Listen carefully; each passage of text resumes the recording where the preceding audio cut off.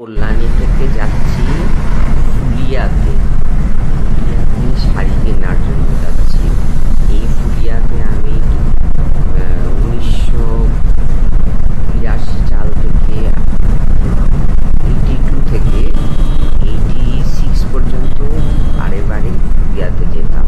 তখন কল্যাণীতে থাকতাম, আমার বাবার ওখানে থাকতো।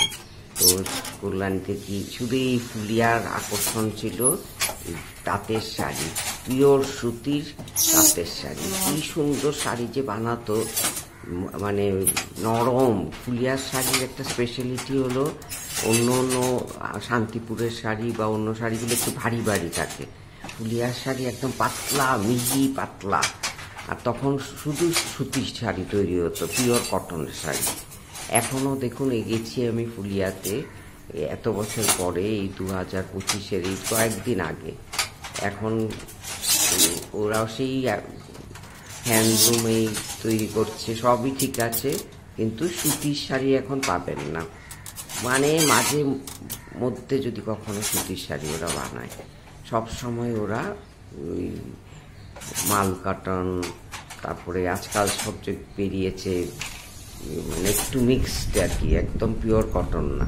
এখানে ইট দিয়ে ঝুলিয়ে দিল, দেখলে ওজনটা ইয়ে করার জন্য। ওইদিকেও ইট দিয়েছে দুটো, এদিকেও ইট দিয়েছে। এই তফাৎ এখন আর তখনের মধ্যে। তখনের শাড়ি চাই কম, যে কারণে সবাই ছুটতো ফুলিয়াতে, নরম মিহি নরম সুতির শাড়ি। আর সে হাজার বুটি, মানে একটা শাড়িতে ওদের 10,000 বুটি আছে। এই সমস্ত গুনে গুনে ওরা করেছে। এই 10,000 বুটির শাড়ি হয়তো বানাতে লেগেছে হয়তো 10 দিন, কিন্তু তখন তো কি সুন্দর পেয়েছি। এখন এসব আর পাওয়া যায় না। তবে এই যেই শাড়িগুলি এখন তৈরি করে সেগুলো সুন্দর শাড়ি, কিন্তু সেগুলো কোনোটাই পিওর কটন নেই বলতে গেলে। সব মিক্সড কটন, কটনের সঙ্গে সুতোগুলো সমস্ত মিক্সড। তো গেছিলাম, আর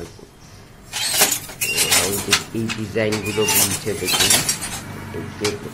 এক একটা শাড়ি বানাতে নাকি দিনে কটা শাড়ি হয়, এক একটা শাড়ি বানাতে অল্প অল্প করে একটু একটু একটু করবো, প্রচুর ধৈর্য। তাহলে একটা শাড়ি করতে কতদিন লাগে? এইসব শাড়ি 3 দিন লেগে যায়। তার জন্য এই শাড়িগুলোর দামও বেশি। তবে আগে দাম, মানে আগে যেমন পিওর ব্যাপারটা পাওয়া যেত, এখন সেটা পিওর ব্যাপার নেই। এগুলো ওদের ডিজাইন সমস্ত, আর সমস্ত ওদের হ্যান্ড সেট আপ ফ্যাক্টরি। এই যে এটা দেখাচ্ছি, এনার একটা বড় শোরুমও আছে, সেটা ঘোষ শাড়িজ করে নাম। এই যে দেখুন ডিজাইনগুলো, এগুলো দেখে দেখে ওরা ভালো।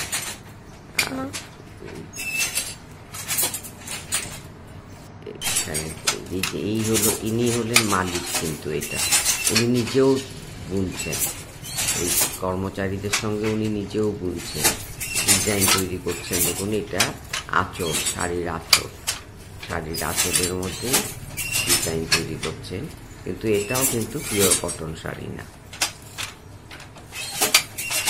এই এক তফাৎ আগের ফুলিয়া আর এখনের ফুলিয়াতে। আগের ফুলিয়াতে যেমন পিওর কটন শাড়ি পাওয়া যেত, এখন সব মিক্সড ভ্যারাইটির শাড়ি। এগুলোর ডিমান্ডও বেশি, এগুলো কম পয়সায় পাওয়া যায়। আর সেকেন্ডলি এগুলো তুলনামূলকভাবে দাম একটু কম। পিওর কটন হলে দাম আরও বেশি হয়ে যায়, ওদের বিক্রি করতে আরও কষ্ট হবে। এমনি তো লেবারের ব্যাপার একটা আছে, ওদের সমস্তটা হাতে তৈরি করে, তার জন্য কিছু কাঠখড় ওদের পোড়াতে হয়। যাই হোক, ভালোই কাটিয়ে এলাম ফুলিয়াতে, কয়েকটা শাড়ি কিনেও আনলাম, কিন্তু খুব একটা মন মতো হয়নি, যেহেতু পিওর কটনের শাড়ি পাইনি। পুরোনো স্মৃতি আবার জাগলো ওখানে গিয়ে। আমাদের ছোটবেলায় কিন্তু আমাদের একটা ওয়ার্ক এডুকেশন থেকে একটা সাবজেক্ট ছিল 5 কি 6 আমার ঠিক মনে নেই। ওই সময় কিন্তু এইসব আমাদের শেখাতো, এই তাঁতে শাড়ি কী করে বোনা হয়, কী করে, এইসব তো কোনো প্র্যাকটিক্যাল নলেজ আমাদের ছিল না, কোনোদিন দেখিনি তাঁত বোনা, মুখস্থ করে করে এইসব পরীক্ষা দিতাম। এটা আবার পাস করতে হবে, না করলে আবার প্রমোশন দেবে না, সমস্ত মুখস্থর উপরে। মানে তখন এখন বুঝতে পারি যে মুখস্থ করে মানে ভালো করা যায়, কোনো রকমের পাস করবার জন্য মুখস্থ করতে হবে। এই যে ডিজাইনগুলো কি করে তৈরি করে এইসব সমস্ত কিন্তু মানে লেখাপড়ায় আমরা শিখেছি, কিচ্ছু বুঝতাম না, কিন্তু এই মানে পাস করতে হবে তো, তার জন্য এগুলো আমরা মুখস্থ করতাম। এক একটা শাড়ি উনি বললেন 3 থেকে 4 দিন লাগে সমস্ত শেষ করতে।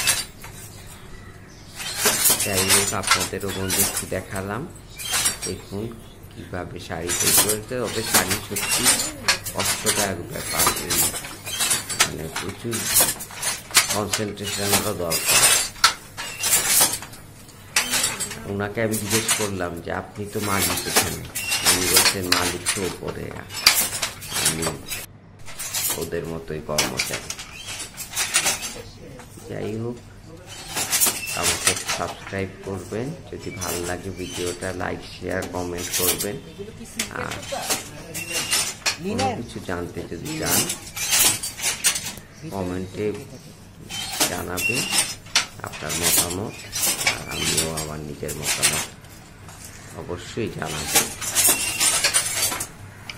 আপনি মালিক, আশা করি আপনারা সবাই ভালো আছেন। এই যে মালিক বিশাল বড় একটা শোরুম, প্রচুর শাড়ি, কয়েক হাজার শাড়ি আছে ওখানে, সেখান থেকেই কয়েকটা শাড়ি কিনে এনেছিলাম।